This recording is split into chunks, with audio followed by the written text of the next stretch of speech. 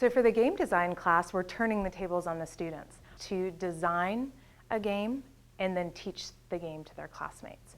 And so they're going to take a topic from one of the guest lectures, which was one of the chances where they had kind of a standard traditional lecture instead of a game-based activity. They're going to take a topic from that, and then they're going to design and develop a game around it. And then during designing it, it's an opportunity for them to figure out the objective of the game. So we talk a lot about how do you know what an objective is in a game? Not a learning objective like we talk about in school, but in a game. And then we're going to talk about the rules and how you set up gameplay. And then finally, how you win the game. How do you know when someone has won the game? How did they finish the game? And so they're going to be doing this on a topic that they had been taught through a lecture-based content area. And then they're going to create the game, and then they're going to get to teach that game to other people. All semester they've been playing games that we've developed in order to learn concepts for the class. Now they're going to get to take a concept from the class, from a lecture-based guest lecture, and they're going to be able to turn that into a game. So they're going to have the chance to think through what is an objective to a game.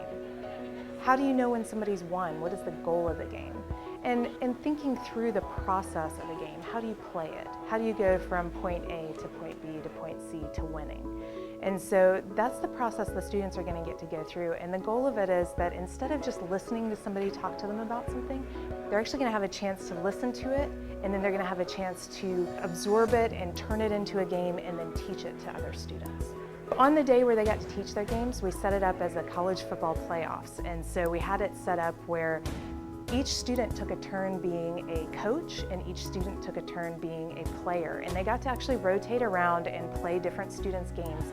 And hopefully this enabled them to learn some of the material better, not only by teaching it, but also by playing the different games and seeing the wide variety of creativity that their classmates came up with. So games are really just problem-solving spaces. It's an opportunity to learn. Even the basic games that we learned growing up, from hide and seek to playing poker, they all have learning objectives to them. And it's a problem-solving space where you get to enter into it and see if you can solve the problem and come out a winner on the other side.